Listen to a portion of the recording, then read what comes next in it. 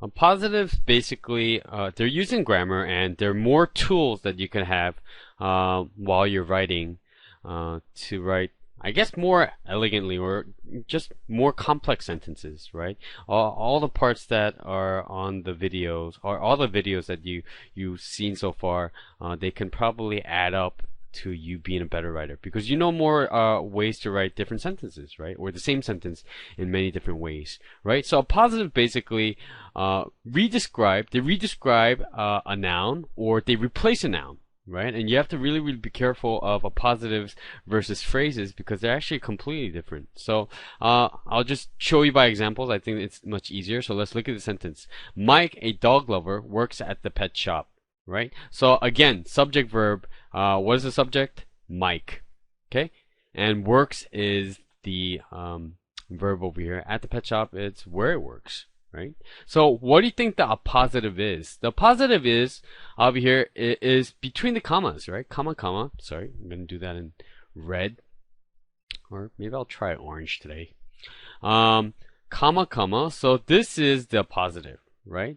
This is basically, it's extra info, but it can replace Mike, right? Because you can theoretically do this. A dog lover works at the pet shop. We just don't know who that dog lover is, but that makes complete sense, right? The sentence is not broken. Well, after this, you have to, take out the comma, right? And capitalize the article A over here, right? But otherwise, the sentence works, right? A dog lover works at the pet shop, right? And that's, maybe true, right?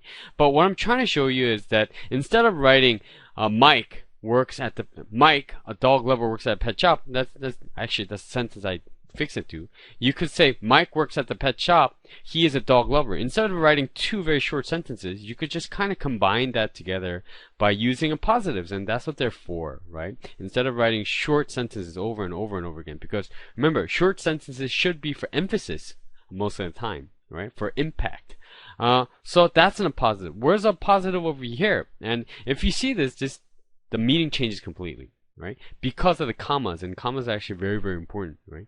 A dog lover, so this is now the subject. It's not the positive like up here. It's the subject, right? Works at the pet shop. So what became extra, right? The positive in this case is Mike, right? How do you know? Because it's separated by the commas over here, right? Comma, comma. So Mike is the positive over here. Maybe I'll just mark it with A's, so you understand it when you're watching it slowly, right? And because these two swapped over here, the location of the positive, it completely changed the meaning of the sentence, right? Because the main idea of the sentence in the second one over here is dog lover works at the pet shop. But, in the first one, Mike works at the pet shop, and he just happens to be a dog lover, right? What about the third sentence? Third sentence says a dog lover, comma, Mike works at the pet shop. Now, this is tricky because there is no other comma, right? But there is still an appositive, because remember, an appositive can replace a noun, right? So, because there is no comma, the subject is now Mike, and works is the verb, right? Mike works at the pet shop, the original sentence. So what do you think is the positive? The positive is this part over here. And the positive can be placed anywhere. Anywhere that has a noun, you could just replace it, right? So dog lover, who's a dog lover? Mike, right? Mike's a dog lover, and it's just simply modifying, or I don't want to say modifying, it's just, it's an appositive phrase, right? A positive modifier that's, describing Mike, right? Because there's no comma, this is the appositive here, right? What about this sentence? A dog lover, Mike, works at the pet shop, right? This is actually 100% correct too. Except there's no commas in here at all. And the positive is actually a dog lover again, right? Because these two are actually the same sentences without the comma. So the commas are getting really, really tricky. So why do I not put the comma over here and it's still correct?